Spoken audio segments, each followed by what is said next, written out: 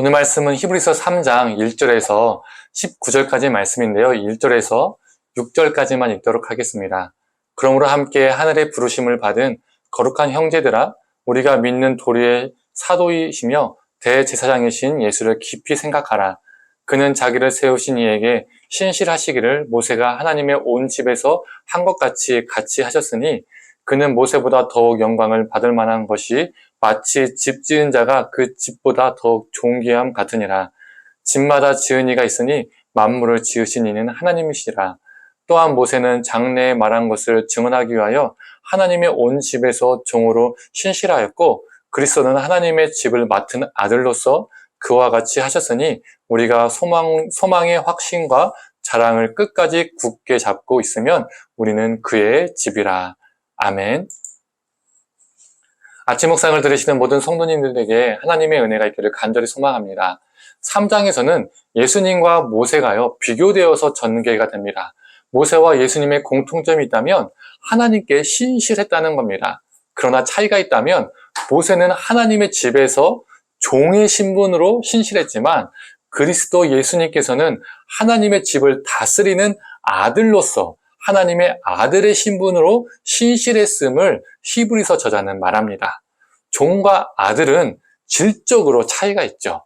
모세는 유대인들에게 어떠한 존재였습니까? 출애굽의 지도자였고 시내산에서 십계명을 받고 내려온 자였으며, 모세의 때 시내산 언약을 통해 이스라엘이라는 공동체가 탄생했습니다.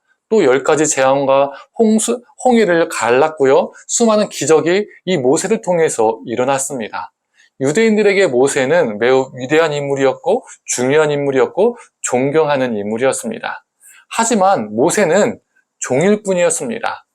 예수님은 아들이라는 이 표현을 통해서 모세는 존경받을 수 있으나 숭배와 경배받을 존재가 아니라는 것을 말하고 있죠.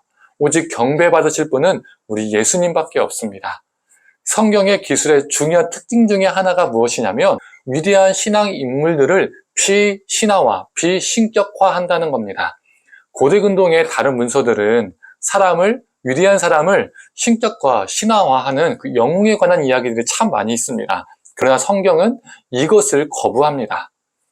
우리 믿는 사람들도 하나님을 믿는다고 하지만 특정 대상을 신격화하기도 합니다. 또 하나님의 이름으로 하나님보다 더 사랑하고 하나님보다 더 중요시하고 하나님보다 더 의지하는 것들이 있을 수 있습니다. 이 땅에 어떠한 위대한 인물도, 이 땅에 어떠한 값어치 있는 대상도요, 숭배와 경배의 대상이 아닙니다. 의지의 대상이 아닙니다. 오직 우리 주님만을 붙잡고 사랑하고 의지하는 저와 우리 성도님 되기를 간절히 소망합니다. 또 히브리서 저자는 모세를 따라 광야 생활을 했던 이스라엘에 대해서 언급을 합니다. 이스라엘, 즉 출애굽 1세대들이 광야 생활에서 자주 했던 것이 무엇이었죠? 자주 보여주었던 모습이 있었습니다. 그게 무엇이었습니까? 불만과 불평, 완고한 불순종의 모습이었습니다. 그래서 늘 그들은 애굽으로 돌아가자 이렇게 늘 외쳐댔죠. 결국 출애굽 1세대들은 어떻게 되었습니까? 가나안 땅에 들어가지 못했죠. 저자는 가나안 땅을 안식이라고 표현하고 있습니다.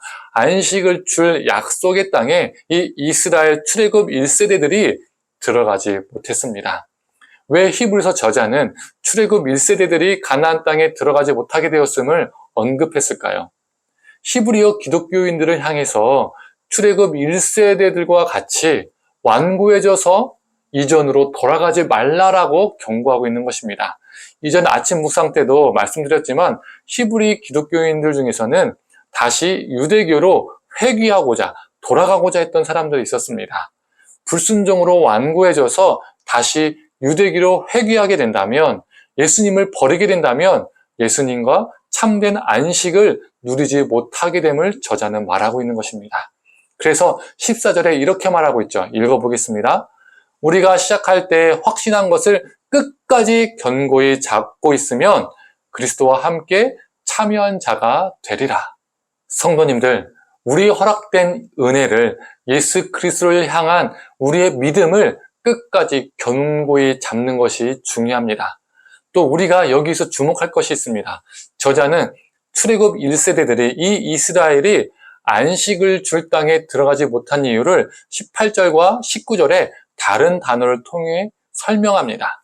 18절은 순종하지 아니했기 때문에, 즉 불순종했기 때문에 안식에 들어가지 못했다라고 말하고 있습니다. 19절은 믿지 아니했기 때문에 안식에 들어가지 못했다고 말하고 있습니다. 불순종과 불신앙을요, 따로 보지 않고 동일하게 보고 있다는 겁니다. 다른 말로 하면 저자는 순종과 믿음을 따로 구분하는 것이 아니라 동일하게 보고 있습니다. 믿는다는 것은 순종으로 이어지는 것입니다. 입술의 고백으로만 끝나는 것이 아닙니다. 나 예수 믿어, 나 교회 다녀, 이런 게 믿음이 아니라는 거죠. 출애굽 1세대가 안식을 누리지 못한 이유는 순종이 함께하는 믿음이 없었기 때문입니다. 하나님이 그들에게 요구하신 것은 순종이 따르는 믿음이었습니다. 우리에게도 동일하게 적용됩니다. 우리가 참된 안식을 누리게 되는 것은 입술로 나 예수 믿어, 나 교회 다녀, 나 목사야, 나 장로야, 나 모태신앙이야, 이런 게 아닙니다. 순종이 따르는 믿음, 믿음이 함께하는 순종, 이것이 있어야 합니다. 성도님들, 세상에서는 크고 좋고 위대하고 대단한 것들이 많이 있습니다. 돈, 명예, 성공, 힘 등등등등 정말 많이 있죠. 우리가 그것들을 숭배하고 그것들을 우리 삶의 우선순위에 두고 그것들을 섬기는 것이 아니라 오직 예수 그리스도만을 믿으며 하루하루 순종의 삶을 살기를 소망합니다. 우리 하나님께서 우리에게 이 세상에 줄 수 없는 참된 안식, 하나님 나라를 우리에게 허락하실 것입니다. 이 참된 안식을 이 땅에서도 누리며 살아가는 저와 성도님 되기를 간절히 소망합니다. 함께 기도하겠습니다. 하나님, 이 세상의 수많은 좋은 것들, 위대한 것들을 우리가 숭배하고 경배하고 의지하고 따르는 것이 아니라 하나님, 오직 예수 그리스도만을 우리가 경배하고 믿고 따라가게 하여 주시옵소서. 예수 그리스도를 믿는 이 믿음이 입술로만 하는 고백이 아니라 인지적인 인식의 믿음이 아니라 삶으로 순종하는 믿음 되게 하여 주시옵소서. 순종이 따르는 믿음 되게 하여 주시고 믿음과 함께하는 순종이 되게 하여 주셔서 그 이 순종이 따르는 믿음을 통해 하나님 참된 안식을, 예수님과 함께 거하는 그 참된 안식을 누리는 우리가 되게 하여 주시옵소서. 감사드리며 사랑에 많으신 예수님의 이름으로 기도드립니다. 아멘.